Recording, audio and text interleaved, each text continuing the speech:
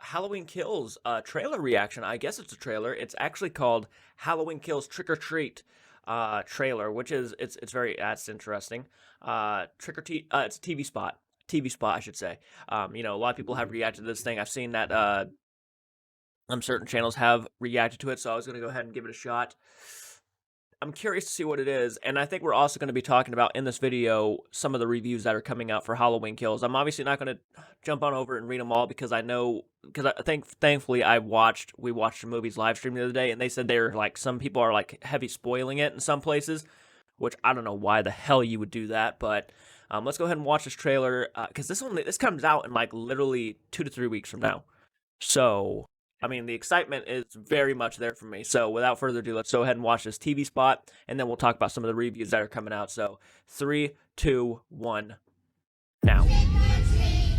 Trick or treat. Something good. Oh, dude. Oh, I just noticed there are nurses?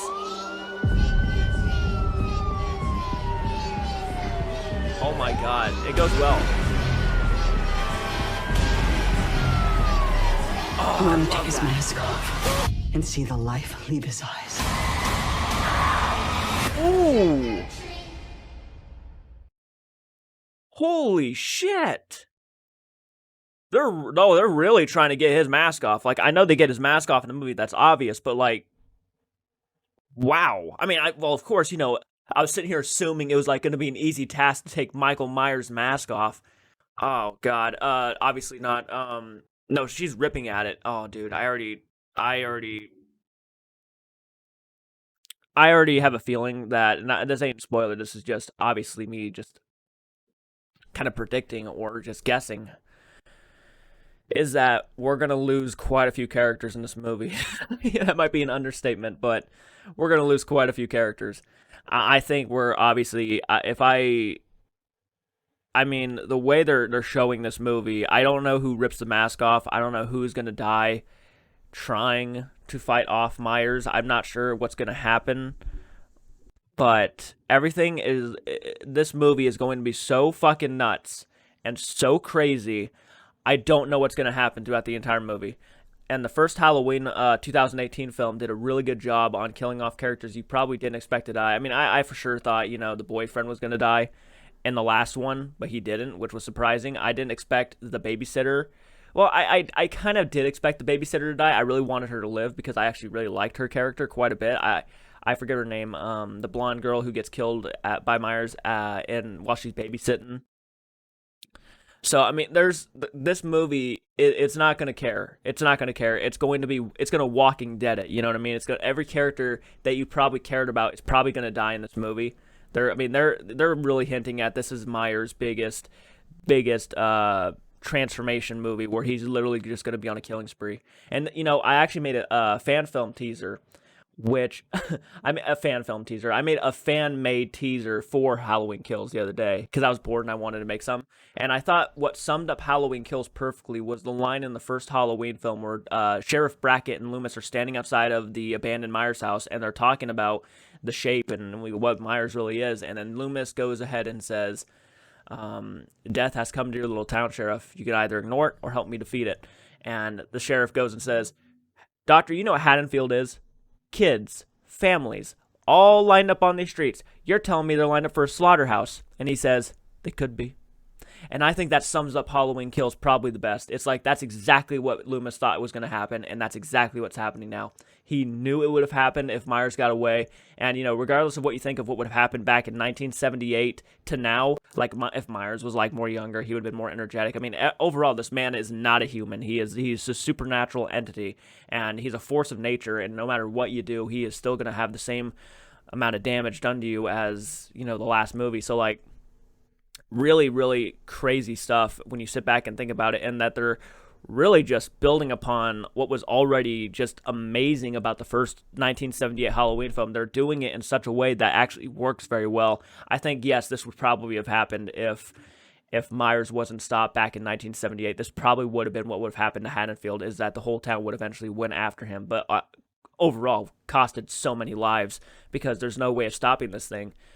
It's just a really cool concept. And now, initially, I don't go by Rotten Tomatoes. I think Rotten Tomatoes is loaded full of critics who are so used to watching these big Oscar-contending movies that when a movie like Halloween Kills comes out, they're not really going to give it the benefit of the doubt. Some of them go in there with actually an attitude that they're probably going to hate the movie and not actually ultimately hating the movie. So like they have a certain most of them have a certain mindset, I would say. Not all of them, but certainly a lot of them do. So, and I've noticed that it was at a 46% not too long ago, and now it's at a 56%. So the rating has gone up for Halloween Kills. So that means more fresh reviews are coming out from critics. So that's a good sign. We have 9 fresh reviews and 7 rotten reviews as of right now on September 10th. Halloween Kills certainly feels more like a here's a review from Robbie Colin, which it is a negative review, so I'm just going to read what he says. Halloween Kills certainly feels like more Halloween, but the game board is left exactly as it is found if in readiness for round 13. The only thing that advances is the body count. Okay, so, I mean, there's actually, I don't think he was, yeah, he's obviously where he said 2 positive things about it, is that it feels more like a Halloween film, and the body goes up, which are, if you're a slasher fan, you just practically just made it a positive review. Like, if you're a Halloween fan, that's a positive review. They'll be like, oh, well, fuck.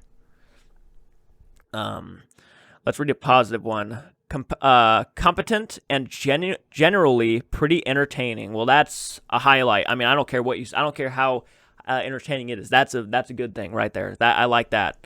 So Green delivers a smart, sturdy second chapter, low consequence perhaps, but still highly entertaining. Entertaining seems to be the good word. And you know what? That's exactly what most Halloween fans want. They want to be entertained while watching Myers do what he does. So that is a highlight. You are absolutely right. That's a positive. Love it. The latest installment is like, this is a negative one. The latest installment is like a latex school mask so stretched and shapeless it no longer fits. That's from David Rooney on Rotten Tomatoes. Okay, so that one obviously is more of a bash than anything. It no longer fits. But obviously I can take a look at this guy, and I'm not going to look at someone and automatically, I'm not trying to do that, take a look at someone and automatically say that this guy is probably not a horror movie fan. But... But I can definitely tell by looking at some of these pictures of some of these critics that I could probably just go ahead and assume that they're not all for horror films, especially the slasher genre. So, I mean, David looks like an older gentleman, so he's probably more into Oscar-contending movies, dramas, and stuff like that. So I'm assuming this film probably didn't hit him in a good way. I mean, I'm sure if I go back and look at his review for Halloween, I could probably even see that this man probably didn't even like Halloween 2018, which, in my opinion, is overall a better movie. So let's see if we can find Halloween 2018. He's reviewed, I think, 944 movies on this. Wow. Congrats, man. That's a lot. Oh, yeah, there's a lot of movies. I'm not going to be able to go through all this and try to find it. Okay. I can't really search, so... Anyways, whatever. Whatever. It's okay.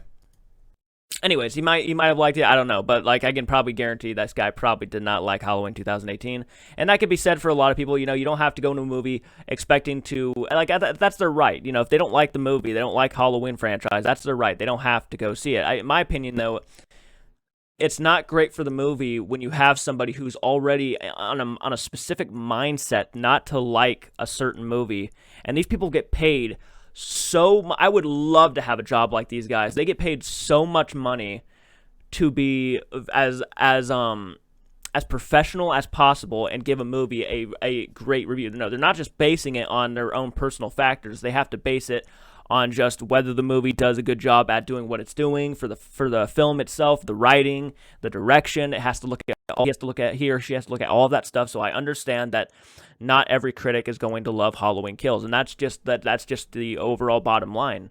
Not every critic in this world will love Halloween Kills, or even the original Halloween. You know, I remember there was a guy on YouTube I love to watch John Campea on YouTube, and he's even come out and said that he's not, you know, he does not get the hype for the original Halloween. He doesn't think it's as good as people make it out to be. He doesn't like it all that much, and that's fine. That's 100% okay. That's his right. That's obvious. Like, if you don't like Halloween, that is 100% okay. If you don't like Friday the 13th, that is 100% okay. If you don't like Nightmare, that's 100% okay. you know. But I just think when you're a professional, you shouldn't go in there with the mindset of already wanting to hate a movie when you don't even know what it's about or haven't seen it. And there's a lot of people out there. I mean, it was one story. I remember there was one story back in 2013 where an actual critic didn't watch 12 Years a Slave, yet he still voted on it. He didn't even watch the movie, and he came out and it was on it.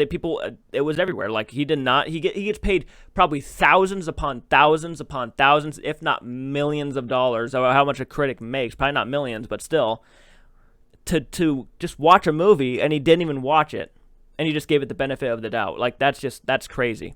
That's crazy. It's like, all you do is watch movies for a living. It doesn't take much, you know. You just go in there with a mindset. You know, I feel like people who are passionate should be reviewing movies, not people who just want to be complete assholes about it, you know.